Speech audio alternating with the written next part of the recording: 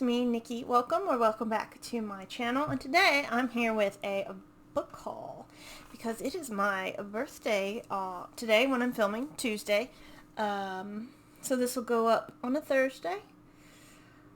And then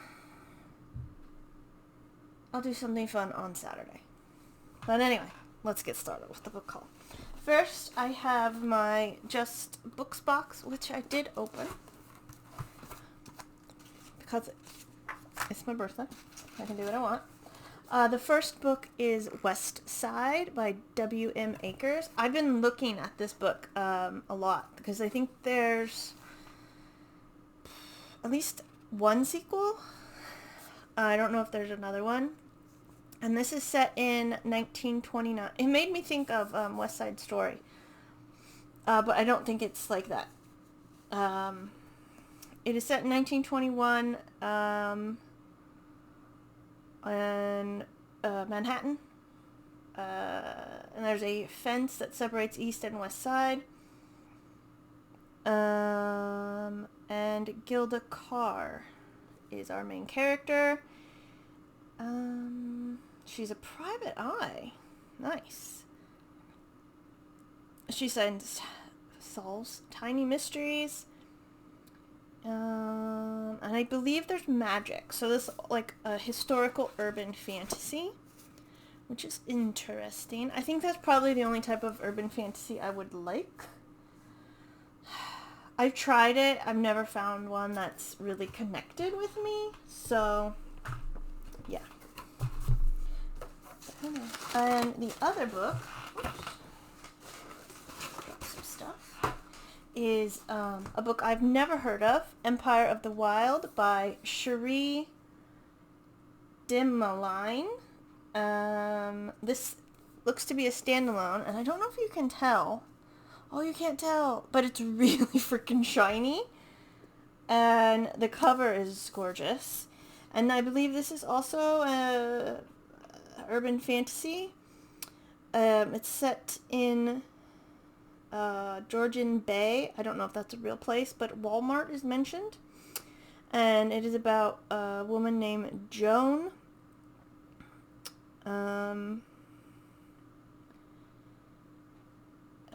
She has two allies, her nephew and a foul-mouthed Euchre shark. She is out to remind, looks like Victor, her ex-boyfriend, who he is because he doesn't remember. So, and that is about the local Metis. Don't know what that is. The only Metis I know is the Greek mythology Metis. But they are a group of people in Canada who inhabit their 3 prairie provinces, as well as other parts of Canada. So, it's native historical fantasy. Urban fantasy.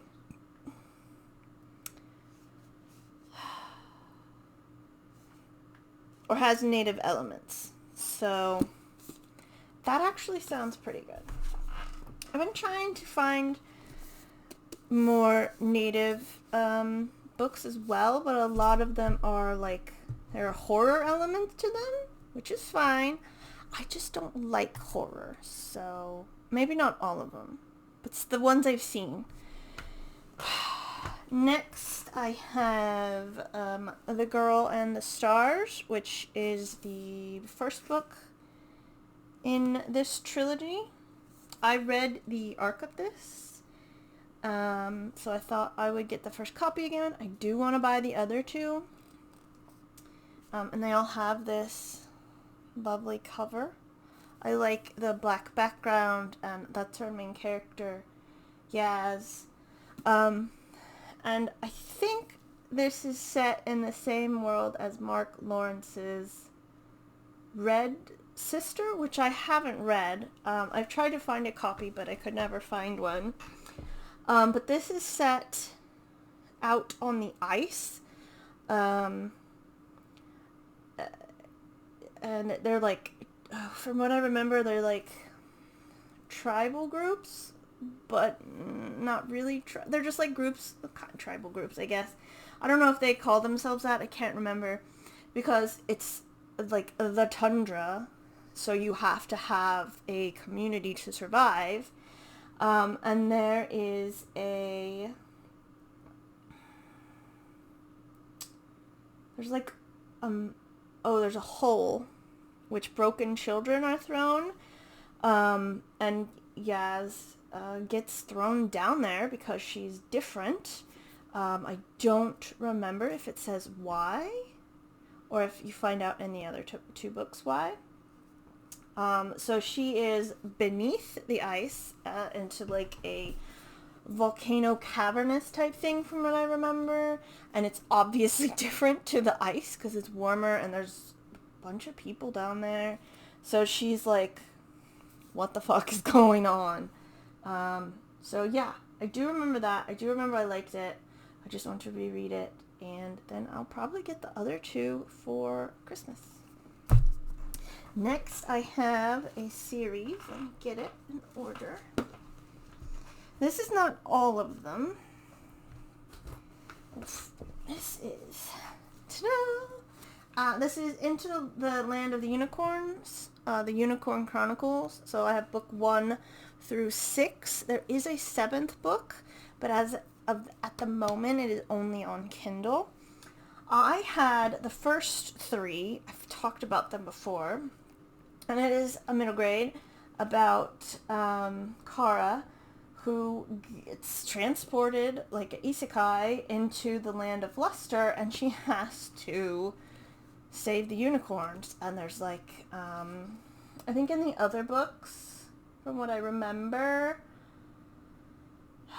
there is some family drama and family stuff she didn't know, and why she's the important one. So there were 4, and I could never find the 4th one, and I was just looking it up one day, and there's now 7. So what I think Bruce Coville did is there were also like 1.5 type of books. So I think he's like, that was scary, expanded everything and added more stuff. So yeah, I'm excited. These were a lot of fun, and I can't wait to read them. I think the heater came on, and that's why that piece of paper fell. Next, I have Malice by John Gwynne. I thought I would start with I think this is his first book, because he's got this series, another series, and then a newer series that I think is about dragons. So, but yeah, look at that. That's so chunky. And this is about 4 people. At least those are the 4 characters. I don't know if they interact or anything, and it's just sort of up to them to save the world or destroy it, I guess. I don't know a lot about it. I've heard people talk about it and they just say it's really good. So, and the covers are all gorgeous. So, yeah. We're gonna I have a lot of books. I went on a little bit of a spree. So, next I have the final book, The Discord of the Gods. I forgot what the series is called. Chorus of Dragons. I have all of them now. I've only read the first one, but I loved it. And that one was about a young thief who gets pulled into the world of a upper class society, and then shit goes wrong, basically. So, I assume in the other 3 books, shit goes more wrong, and then shit goes even more wrong with this title. So yeah, I'm excited for this. And I love all the covers, because I think I talked about this. There's, on the back, there's like a dragon, a horse, an elephant, an octopus, and a skull. They're like houses that the people belong to. or I think they're more. I think they call them houses, not anything else. So yeah, excited for that. I don't know where to put everything. Okay, next I have Mrs. Sherlock Holmes, which I'm super excited about. I just saw this browsing and I was like, yes. So this is about, it's a true story. It's like a biography type of thing. Non-fiction. Of Grace O'Humiston. I thought that was an N. She's a lawyer detective and the first woman U.S. District Attorney. And she becomes one of the nation's greatest crime fighters during the era when women were not allowed to vote. I don't know if... It doesn't say a year on the back, but I think it's... Oh, it's right there. 1917. So a young... Well, she's 18 years old, so that's still young. Ruth Kruger is missing, and nobody knows what's happening. It apparently was a sensational case. So Grace and her partner, a hard-boiled detective, navigate, as it says, a dangerous web of secret boyfriends, two-faced cops in the 1900s? No, not cops. Underground tunnels, rumors of white slavery, and a mysterious pale man. And the press nicknamed her Mrs. Sherlock Holmes. So... And her poignant story reveals important clues about missing girls, the media, and the real truth of crime stories. This is like my type of nonfiction. It's like stories you've never heard of. It's women being badasses. Love it. Next I have... I'll do these two together. I have Ariadne and... Electra, both by Jennifer Saint. I've seen these around, and I think Madeline Miller, somebody's doing a Penelope, or has done a Penelope, and Madeline Miller's doing something. I love Greek myths. I love the Greek gods. I love Greek retelling, so I'm super excited. This one, Ariadne, is... in the myth, she helps Theseus defeat the Minotaur, and then he leaves her, and she marries Dionysus, and becomes a goddess. So, I assume that's what this is about, with perhaps Theseus getting what he deserves, which I believe he also got in the Greek myth. And this, of course, is about Electra, who was Clytemnestra and Agamemnon's daughter, and Agamemnon killed or sacrificed her sister during the Trojan War, which made Clytemnestra mad, so she killed Agamemnon, and then their son killed Clytemnestra? I think that's what happened, and Electra is their daughter, who's just like, what the fuck? So, yes. I think that one. Orestes? I think that might be Orestes. There's a lot of stuff like that in Greek myth. You never know. Next, I have... Seafire, Steel Tide, and Stormbreak. These are all part of... I believe they are... Well, they are called the Seafire Trilogy, but I think they're also, because this has a Seafire novel, I think they could be read as standalone, from what I remember. So, this is about pirates. Caledonia, yeah, she's on the sea. She captains her own ship with just girls and women who have lost their families because of the bad guy. And then stuff happens. So yeah. I just like it. Female pirates kicking ass, taking names. I have it in this huge box, so next I get... Oh, I'll do this one first. This is another nonfiction. Inspector Menahan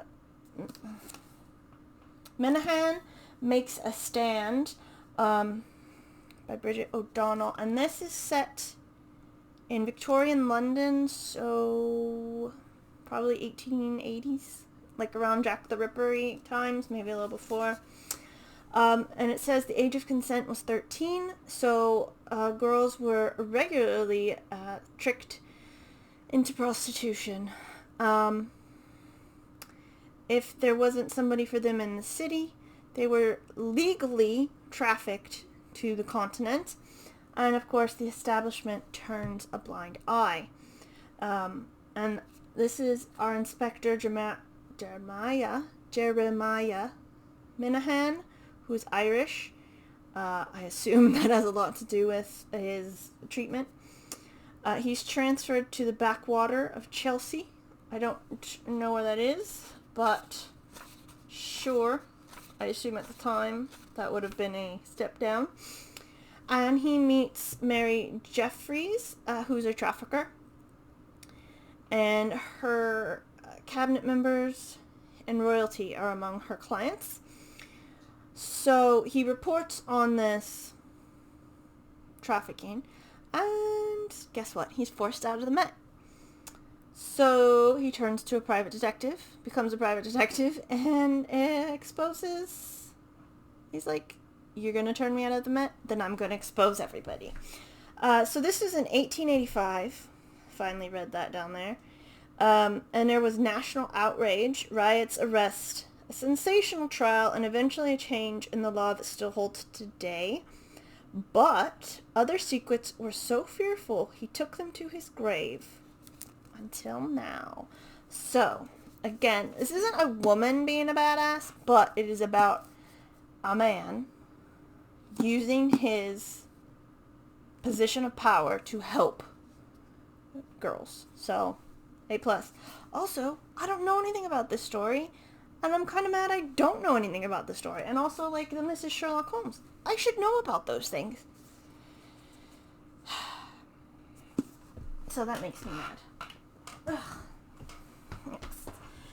And now I have, I believe this is a middle grade, A Tale of Magnolius, and it is about Nitty, right here, an orphan, and Magnolius, an elephant, almost said effluent, and I don't know if it takes place in like a historical setting, but the cover and the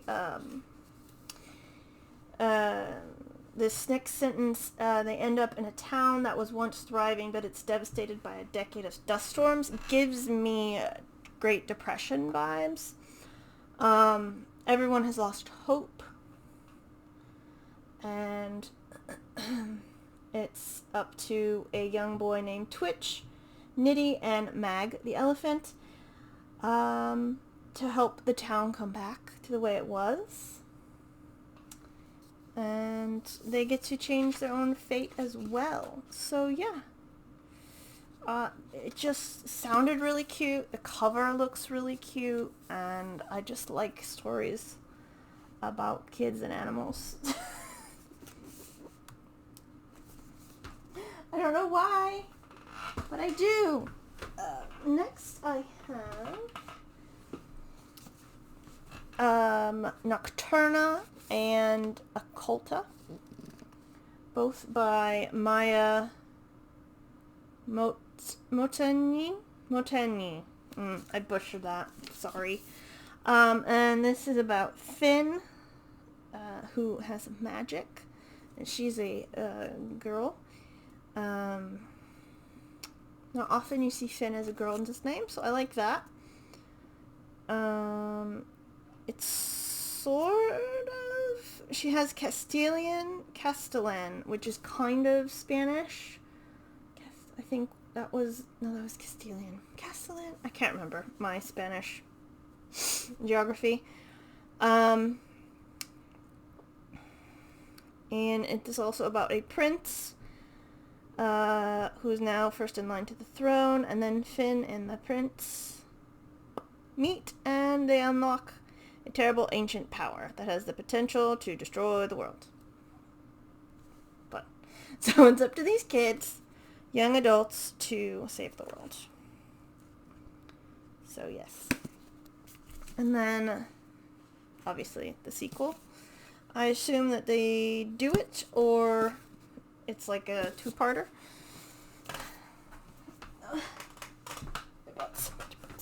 I only buy books nowadays for my birthday, which is usually around Black Friday, so a lot of deals are happening, and then around Christmas when they have some more deals. So I have, I think it's the Warrior Witch duology, The Frozen Crown, and The Seventh Queen by Greta Kelly. I read the arc of this, and I really liked it, so I got the sequel. And this is about Askia, who is the heir to the Frozen Crown up in the north. But there's a mad emperor, and so Askia is losing, so she sails to a neighboring land. She has magical abilities, but she's sort of supposed to keep it a secret. And there's some stuff that happens, and it's ended on a cliffhanger, and I was very upset about that. Which is why I bought the sequel, The Seventh Queen, which I believe is our main character. So, yes, I need to know what happens. And also, these covers look fantastic. Like, just the Frozen Crown is melting in the desert, and then, like, this one, I don't even know what I'm doing. The castle is icy and then on fire. Ugh, it's fantastic. And then, finally, the last two are Victories Greater Than Death and Dreams Bigger Than Heartbreak. Looks like it's the Unstoppable series. I've seen these around. It's a YA sci-fi adventure. And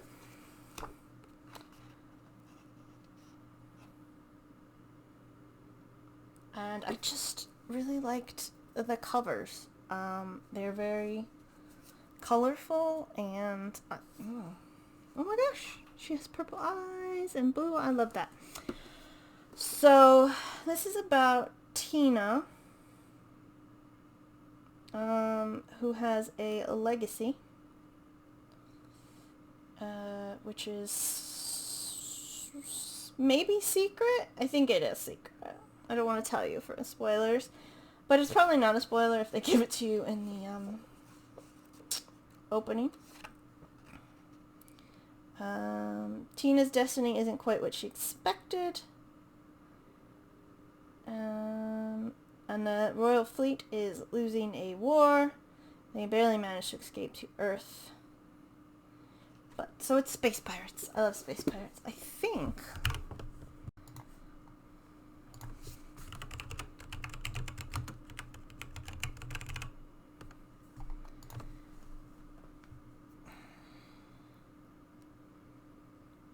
it is LGBT, lesbian, so it's lesbian space opera.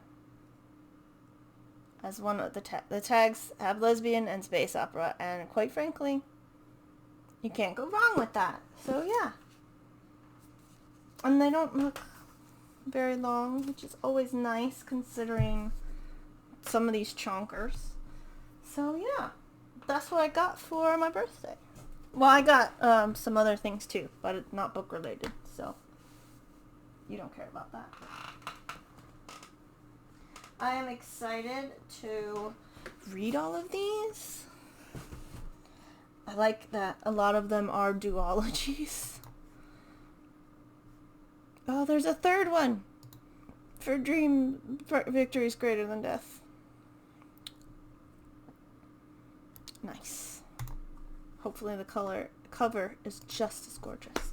So yeah, that's what I got. let me know if you've read any of these or have thought about reading them.